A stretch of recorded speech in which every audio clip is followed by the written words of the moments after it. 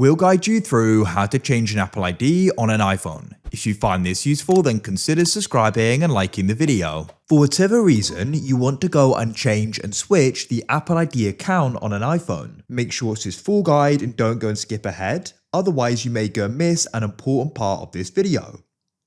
So without any further ado, let's get started. So what we're going to do is come to the homepage here, and you want to go and find settings.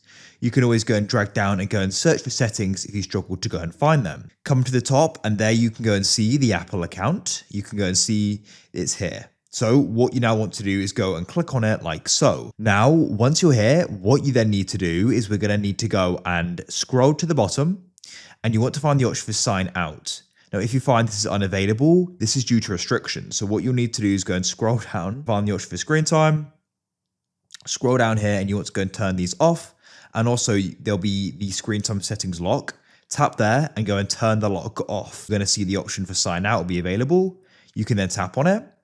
It's giving you the option to go and erase this iPhone after signing out. So if you're looking to go and trade, sell it or give it away, you can do that. But I want to go and sign out and not erase. So that's that second option there. Read this through and understand it. And if you do, you can go and press continue. Understand what's going to be removed. Go and press continue. And then to confirm this, you need to go and enter in your password. You can then press confirm and sign out, and you can go and wait while this loads. It shouldn't go and take much longer. When it goes and finishes, it's going to bring you to the settings, and you can go and see at the top here, Apple account. Now they can go and tap Apple account at the top, and another Apple device can be used to go and sign in with, or it can be signed in manually. That's it.